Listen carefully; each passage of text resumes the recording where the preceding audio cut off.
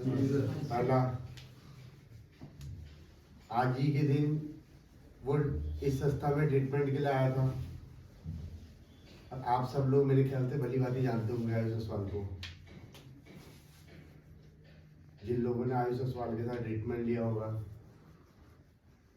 कि किस प्रकार से लाइफ में चीजें बदलती है इंसान की। देखा होगा ना क्लास में स्टार्टिंग के 1, 2, 3 महीने तक किस प्रकार से इंसान का स्वभाव रहता है, बिहेवियर रहता है। क्योंकि मैंने तो इसे नज़दीक से भी देखा, चाहे मीटिंग के माध्यम से हो या किसी भी चीज़ के माध्यम से, किस प्रकार से इंसान। पर आज के दिन आपको चेंज तो दिखता होगा इंसान में। मुझे आज भी उस दिन की याद आती है जब मेरे ख्याल से 3रा महीना चल रहा था। अब पहली बार इसने मुझे अपनी अंदर की फीलिंग शेयर की थी अकेले में। 1-to-1 होता है ना, 1-to-1 सेशन होते हैं, तो उसमें आया था, मेरे पास इसने बात की। उसका इसने क्लासों में बोलना स्टार्ट किया। तो जब चीजें समझी तभी तो आगे बढ़ पाया इंसान। होते हैं ना हमारे आध्यात्मिक सिद्धांत, स्वयं से ईमानदार रहना, स्वीकारता लाना, खुली मन स्थिति, ये सारी चीजें होती हैं। तो जब खुली मनोस्थिति का एग्जाम्पल यही तो होता है लाइफ में। जब इंसान अपने गिल्ट वगैरह शेयर करता है, चाहे तुम शेयरिंग क्लास में करता हो कोई, चाहे 1-to-1 में करता होगा,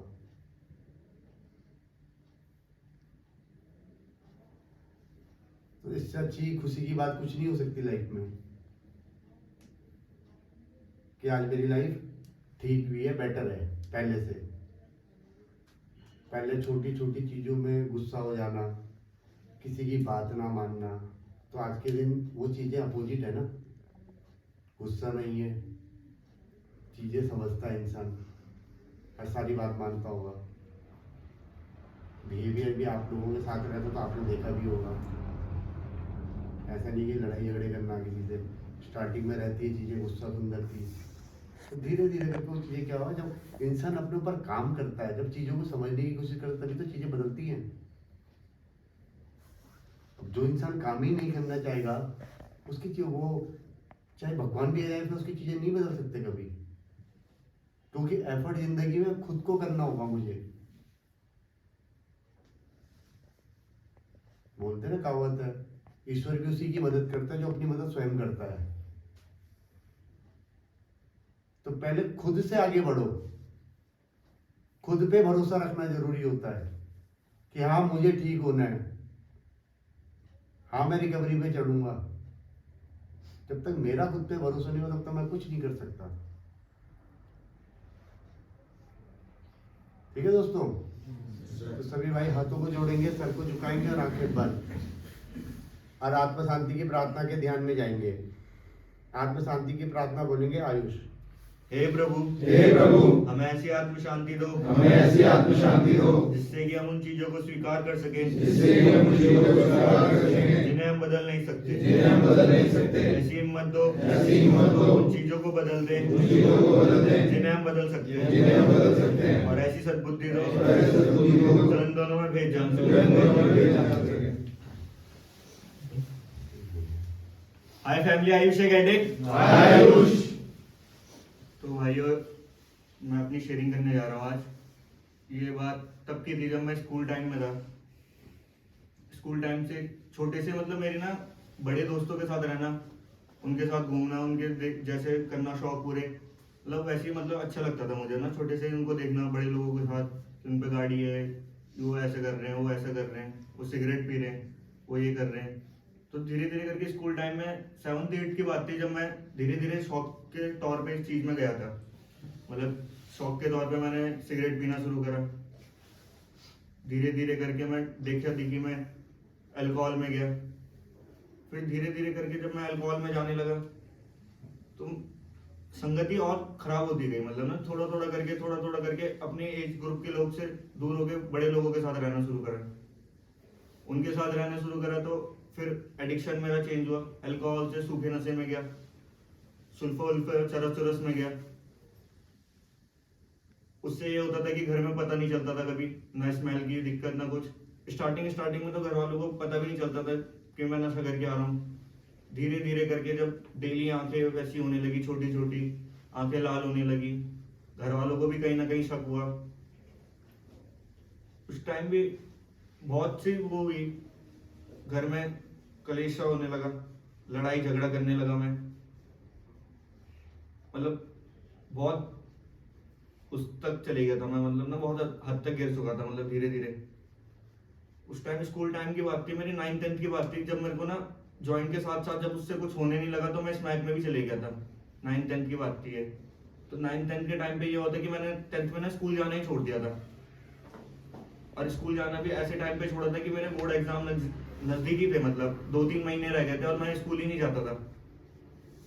मैं डेली गलत दोस्तों के साथ नशा करने चले जाना, घर से पैसे निकाल लेना, कुछ नहीं समझा, मतलब कुछ समझ ही नहीं रहा था मैं घर वालों को, मैं घर में रहता ही नहीं था। सुबह घर से उठ के चले जाना, रात को घर आना, ऐसे ही चलता रहा टाइम। धीरे धीरे करके जब स्नैक में भी जाने लगा तो पढ़ने से भी मन हटा। मम्मी बहुत परेशान रहती थी, अब 10वीं है, कैसे निकलेगा, क्या करेगा। मम्मी कितना समझाती थी मुझे, मैं नहीं मानता था, मतलब जिद्दी से ही हो गया था मैं। पहले तो स्टार्टिंग में मारा भी, जब मार खाई तो और ढीठ होता गया। फिर धीरे धीरे करके उस मार का भी कोई असर नहीं लगा, कोई ना डर ना कुछ। जबकि सबसे पहले मैं अपनी मम्मी से डरता था ज्यादा, और किसी से नहीं डरता था मैं अपने परिवार में। एक मम्मी का ही डर था जो मेरे पे था, मगर धीरे धीरे करके वो डर भी ना खत्म हो गया। फिर धीरे धीरे करके मैं न स्कूल जाना, दिन रात गायब हो जाना, घर वालों को डराने के लिए घर से भाग जाना, 2-2 दिन के लिए, 3-3 दिन के लिए ऐसी रोडों पे घूम रहा हूँ। ना घर जाने की वो, ना वो कि घर वाले पैसे नहीं दे रहे, मुझे बाहर नहीं निकलने दे रहे घर से।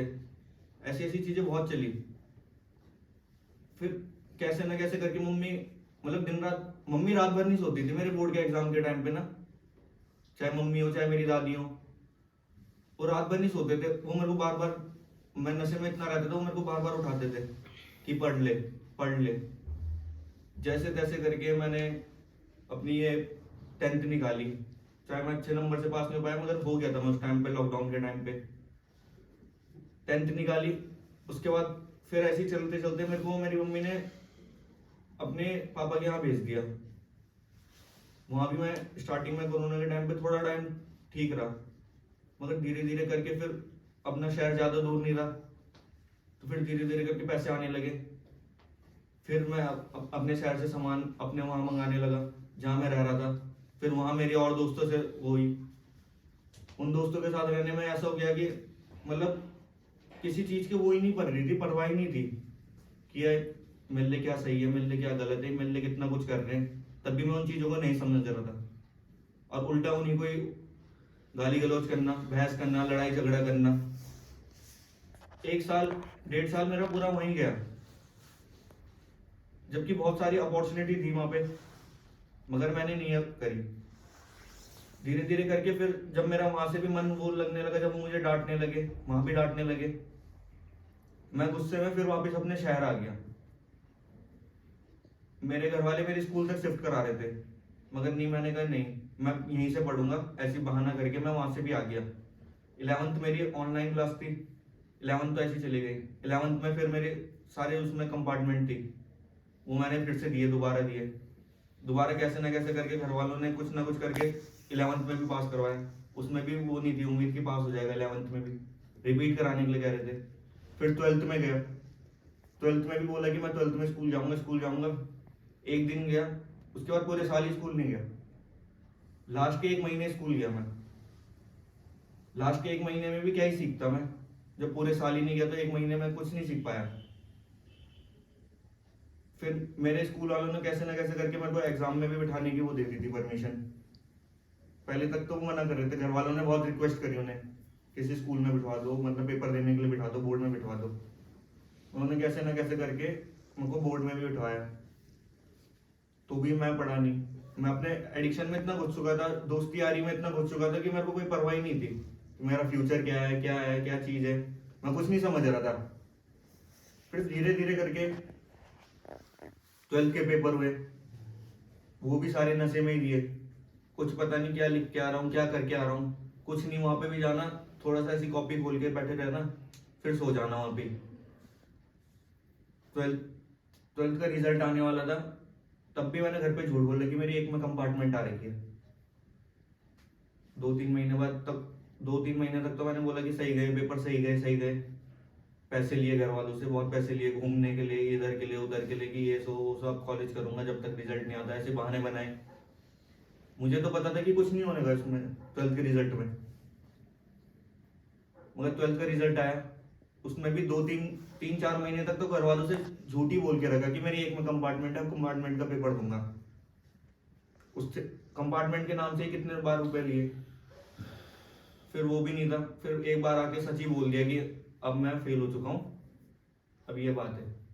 फिर घर वालों ने बहुत ऑप्शन दिए कि तू दोबारा 12th कर या कोई 10th के बेस से कोर्स कर। फिर धीरे धीरे करके मैंने पैसे खाने के चक्कर में एक कोर्स का नाम ले लिया कि मैं एनिमेशन का कोर्स कर रहा हूँ, वहाँ के लिए मेरे को फीस इतनी चाहिए, इतनी फीस है और सही प्लेसमेंट सब कुछ मिल जाएगा उनकी तरफ से। वहाँ पे भी दिखावे के लिए एडमिशन लेने गया, घर वालों को भी ले गया, मगर पैसे देते वक्त मैंने कहा कि मैं खुद ही लेके आ जाऊंगा और बिल आपको दे दूंगा। वहाँ पे भी ऐसी करा, पैसे खा दिए और बिल उनसे ऐसे छोटा मोटा बनवा के थोड़े से पैसे देके उसमें ज़्यादा बढ़ा दिए अपने आप ही। वहाँ पे भी स्टार्टिंग में दिखाने के लिए 3 घंटे की क्लास में थोड़े 1-1 घंटे के लिए जाता था, वहाँ पे भी ऐसी खराब हुआ।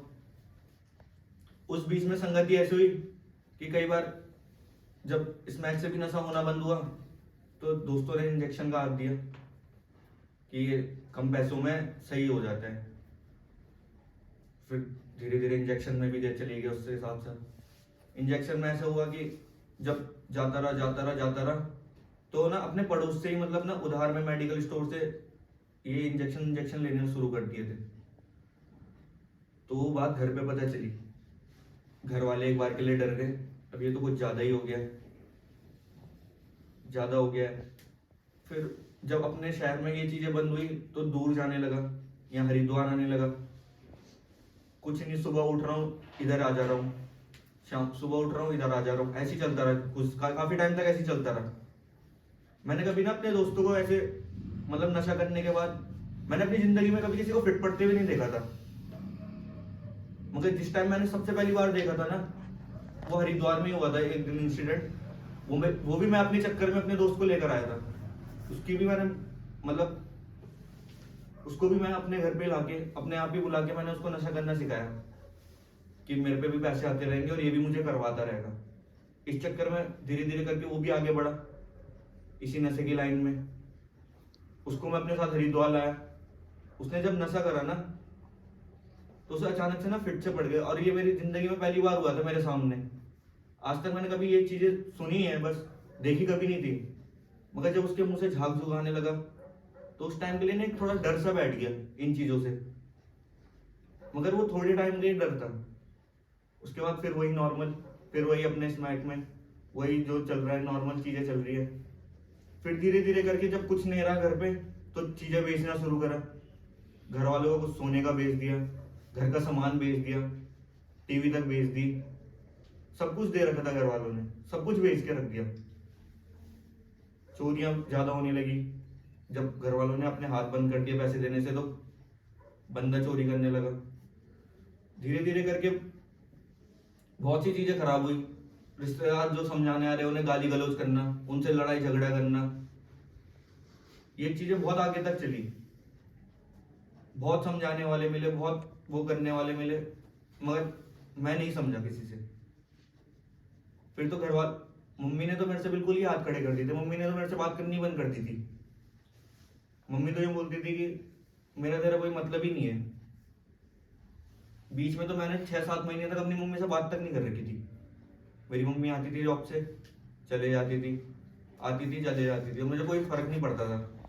मैं अपना एक जगह पे पड़ा हूँ, नशा करके पड़ा हूँ, बस।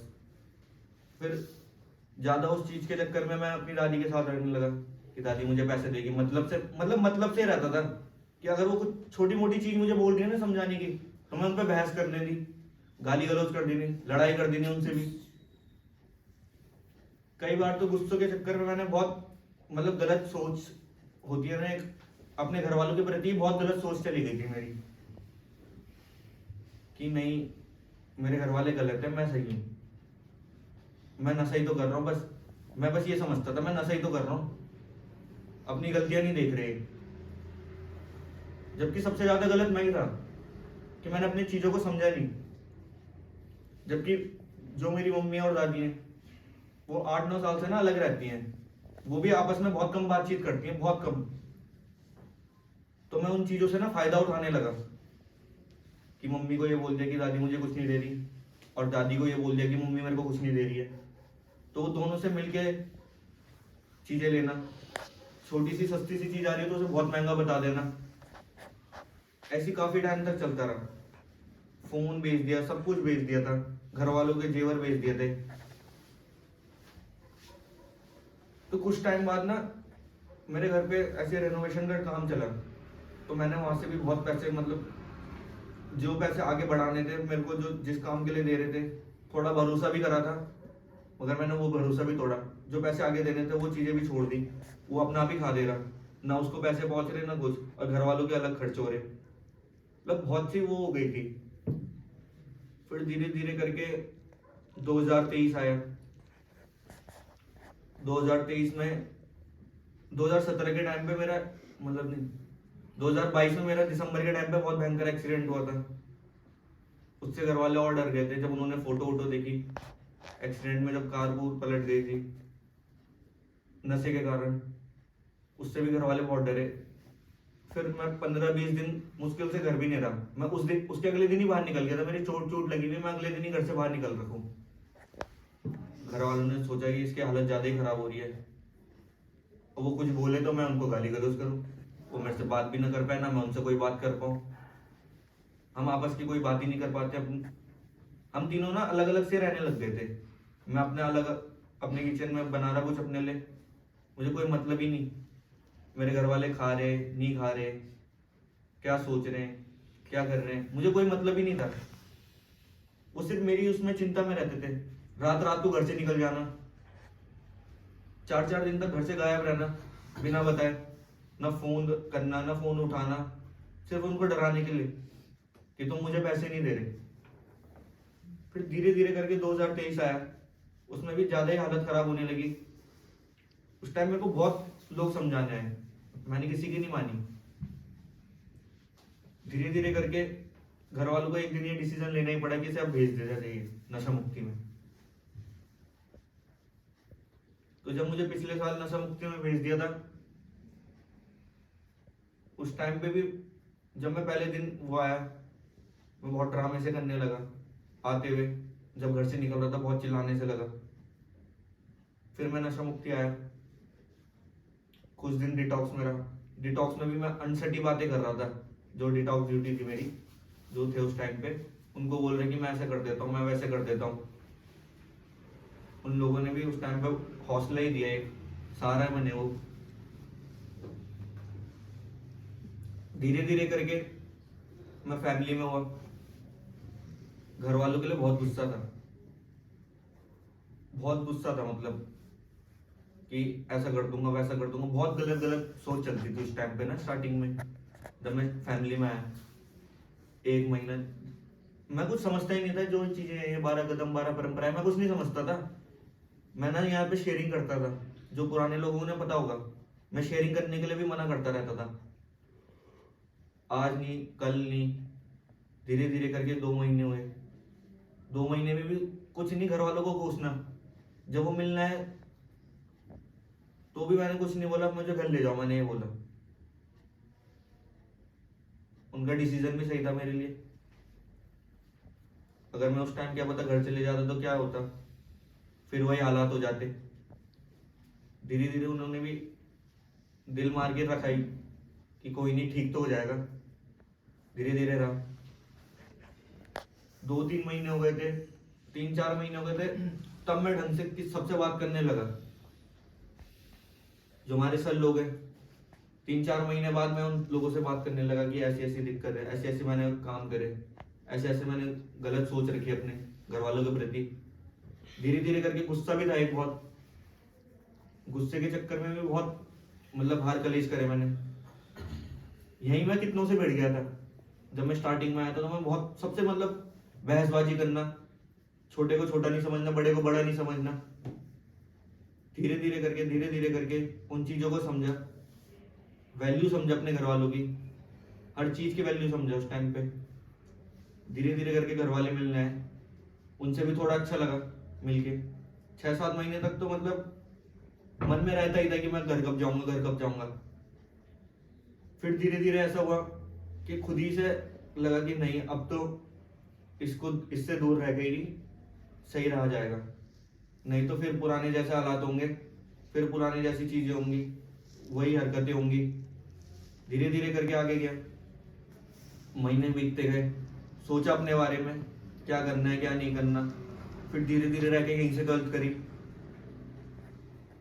धीरे धीरे रह के आगे के लिए भी सोच रहा हूँ, अपने कॉलेज के बारे में सोच रहा हूँ। अब घर वालों से भी थोड़े बहुत संबंध अच्छे हुए, उनसे बातचीत होती है, सब कुछ होता है। घर वालों को तो एक रास्ता मिला था, उन रास्ते में तो चलना हमारे गुरुजी लोगों ने सिखाया है, जो हमारे तेजी भाई है, हिमांशु भाई है, शिवांग सर है। इन लोगों ने बहुत मदद करी है ट्रीटमेंट के टाइम पे। चाहे जितने भी स्टाफ मेंबर हैं, हर चीज समझाते हैं, कभी कोई गलत राय नहीं देंगे, चीजें समझाते ही है। बहुत चीजें सीखी। आज भी कहीं ना कहीं गुस्सा रहता ही है, आ जाता है गुस्सा, व्यवहारों में निकल ही जाता है कहीं ना कहीं, क्योंकि एकदम से सारे व्यवहार तो नहीं हो सकते ना सही। धीरे धीरे करके आगे बढ़ रहा हूँ और अपने आगे के बारे में सोच पा रहा हूँ। अब अपने घर वालों की परेशानी, दिक्कत जो भी है उन्हें समझ पा रहा हूँ, और आगे भी ऐसे ही चलूंगा। फैमिली मैंने कहा आपने सुना।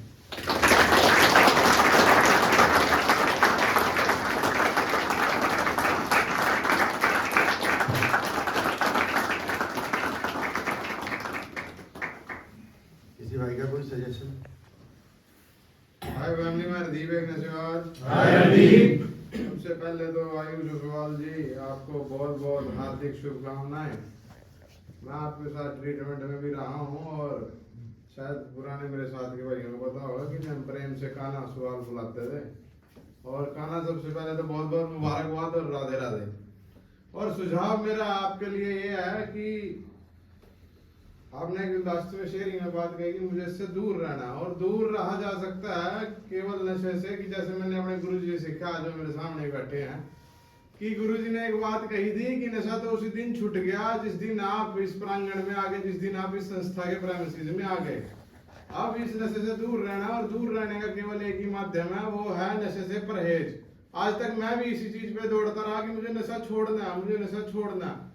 और जितना मैं छोड़ने की कोशिश करा, उतना ही मेरे सामने है, उतना ही मेरे जहन में कहीं ना कहीं जिंदा रहा। तो आपको केवल करना क्या है? परहेज करना है। और अवश्य आप जब तक परहेज करेंगे, आपसे उतना ही दूर रहेगा, और आप निरंतर रिकवरी में चलते रहेंगे। और एक एक दिन करके रिकवरी 1 वर्ष 2 वर्ष और निरंतर ऐसे ही जीवन भर तक बढ़ती रहेगी। तो फैमिली मैन ने कहा, आपने सुना, धन्यवाद।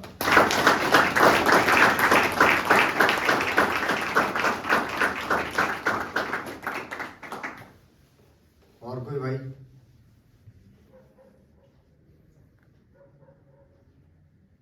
हाय फैमिली, देवेंद्र नशेबाज। हाय। सबसे पहले तो आयुष को बहुत बहुत मुबारकबाद, तुमने 1 साल कंप्लीट किया है। आयुष, मैं यही चाहूँगा कि तुम ऐसी रिकवरी में चलते रहो, ठीक है। चीज़ें ठीक होती रहेगी, समय के साथ सब चीज़ें ठीक हो जाती है। ऐसा कुछ नहीं है कि कुछ ठीक नहीं होती, हमें ठीक रहना पड़ता है, ईमानदार रहना पड़ता है, ठीक है। अपने जो इस प्रोग्राम में और जो हम चीज़ों तुमने यहाँ सीखी है, बस उसको कंटिन्यू चलाते रहना है। समस्या आती रहती है, कुछ नहीं है, घबराना नहीं है, सब चीज़ें ठीक हो जाएंगी। सामना करना, जो हमने सीखा है वही अप्लाई करते जाना है। तुम जैसा जो सीखा गया है उसको अप्लाई करते रहोगे तो चीज़ें ठीक होती रहेंगी, है ना। और जो है घर परिवार, तो वो भी धीरे धीरे उनका भी विश्वास बढ़ता जाएगा। अभी थोड़ा बहुत हुआ, आने वाले समय में और बढ़ता जाएगा। कुछ निर्णय लेने से पहले तुमसे भी पूछा जाएगा। तो ये सब चीज़ें एक समय के साथ होती है, और इसके लिए ध्यान रखना पड़ता है ना। दोस्तों, मैंने कहा, आपने सुना।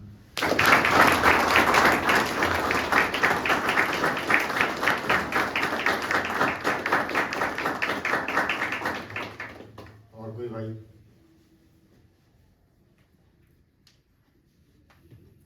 हाय दोस्तों, हिमांशु एक नशेबाज। आयुष मैं ईश्वर से यही प्रार्थना करता हूँ, तुम इसी प्रकार से आगे बढ़ते रहो, जिस प्रकार से आज तुम पहली सीढ़ी पे पार कर चुके हो अपनी लाइफ की। इसी प्रकार से तुम आगे बढ़ते बढ़ते दूसरी, तीसरी, चौथी, इसी प्रकार से तुम आगे बढ़ते रहोगे। अब भगवान हमेशा तुम्हारी मदद करेगा क्योंकि तुम आज सही रास्ते पे हो। ठीक है दोस्तों, मैंने कहा आपने सुना।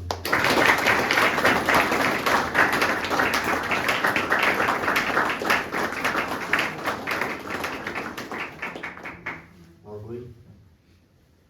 गुड इवनिंग फैमिली, अक्षय काशीवाद। आयुष, पहले तो तुम्हें बहुत बधाई हो आज के दिन के लिए। भाई तुम्हारे लिए ये सजेशन है मेरा कि तुम्हारे घर वाले भी जागरूक थे, है ना, जो समय पे तुम्हारी चीज़ें ज़्यादा नहीं खराब होने दी और तुम्हें यहाँ पे भेजा। दूसरी चीज़ जो सबसे अच्छी है तुम्हारे अंदर मुझे लगी वो ये है कि तुम अवेयर हो आज के दिन, है ना। तुमने जो फैसला लिया कि यार चलो यहीं पे रुकूंगा, है ना, और तुम यहाँ पे रह के कुछ प्रोडक्टिव करना चाह रहे हो जीवन में, है ना। अपनी लाइफ की जर्नी में तुम पढ़ाई को जोड़ना चाह रहे हो ना भाई। तो इस चीज़ पे मतलब डटे रहना, क्योंकि पढ़ाई का बहुत बड़ा योगदान होता है जीवन में ना। बाकी अपने माता पिता की और गुरुजी लोगों की सलाह निरंतर लेते रहना। भाई मैंने कहा आपने।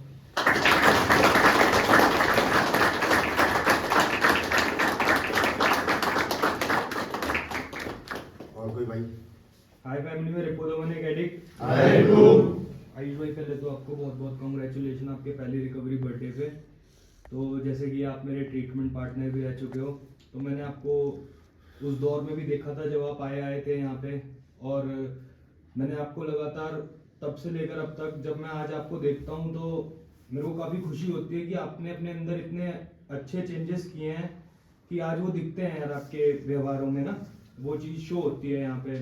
और कहीं ना कहीं खुशी भी मिलती है कि आप बड़े यंग एज में हो, अभी हम लोगों में सबसे यंग एज में हो आप, तो कहीं ना कहीं बहुत अच्छा लगता है कि आपकी एज में भी इतना मतलब आपने इन चीज़ों को इतनी सकारात्मक वे में लिया और उन चीज़ों पे अपने ऊपर इतना अच्छा काम किया। तो मेरा जैसे सजेशन आपके लिए यही है कि आयुष जी, आप मतलब इसी तरह से अपने व्यवहारों पे लाइफ टाइम काम करते रहिएगा, क्योंकि हर दिन इंसान कुछ नया सीखता है। कभी ये सीखने की जो प्रतिक्रिया है कभी बंद नहीं हो सकती लाइफ में ना, तो हर दिन कुछ ना कुछ हमें हर दिन एक कुछ नया सिखाता है। तो इसी तरह अपने व्यवहारों पर काम करते रहिए और प्रत्येक दिन पर इसी तरह अपनी रिकवरी को और मजबूत करते हुए मैं चाहता हूं कि आप इसी तरह साल दर साल बढ़ते रहें और अपने हर रिकवरी बर्थडे मनाते रहें। बाकी दोस्तों, मैंने कहा आपने सुना।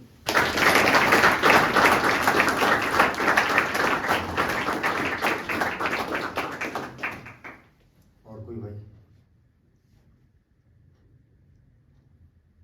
ठीक है दोस्तों, आप लोगों ने कुछ ना कुछ आयुष की शेयरिंग से सीखा होगा, सुनी होगी गौर से।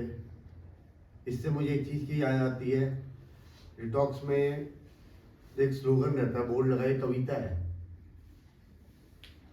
मेरे ख्याल से हरिवंश राय बच्चन जी की है, कि कोशिश करने वालों की हार नहीं होती और लहरों से डर के नौका पार नहीं होती। देखिए ना उसमें कि नन्ही चींटी जब दाना लेकर चढ़ती है, चढ़ती दीवार पर बार बार गिरती उतरती है।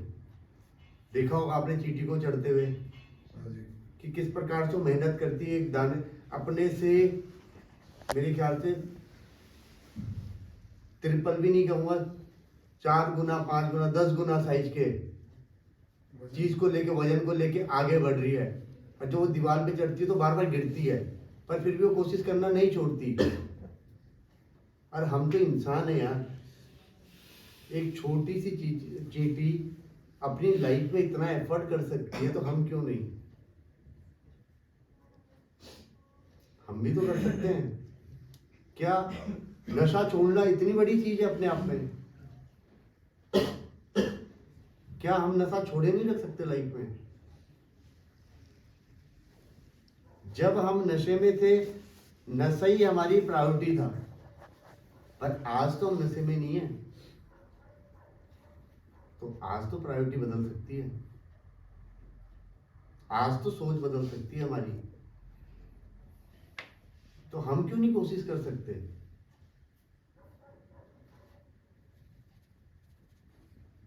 हमें भी तो कोशिश करनी चाहिए लाइफ में आगे बढ़ने के लिए। जिस प्रकार से आप अपने परिवार से अपेक्षाएं करते हैं, उम्मीद करते हैं, उसी प्रकार से आपका भी परिवार आपसे एक अपेक्षा रखी हुई है। किसी के परिवार ने किसी से कुछ नहीं मांगा, एक उम्मीद ही तो है। तो यही तो हर किसी का परिवार करता है, बेटा इससे दूर हो जा, बाकी सब कुछ ठीक हो जाएगा। यही तो चाहता है, यही कोशिश है परिवार की। तो मैं तो हमेशा यही उम्मीद करता हूं कि हर कोई इंसान जो यहां पर आया है वो रिकवरी में आगे बढ़े। अपने दिमाग को इतना खुला रखो कि अपनी चीजों को लाइफ में समझ पाओ। देखो, जब तक अप्लाई नहीं करोगे चीजों को, कुछ नहीं होने वाला। हंसी मजाक सब चलता है, आते हैं ना क्लास में, मैं भी आता हूँ, हंसी मजाक सब चलता है, पर अपने लिए और अपनी रिकवरी के लिए एक फोकस, एक गोल होना चाहिए।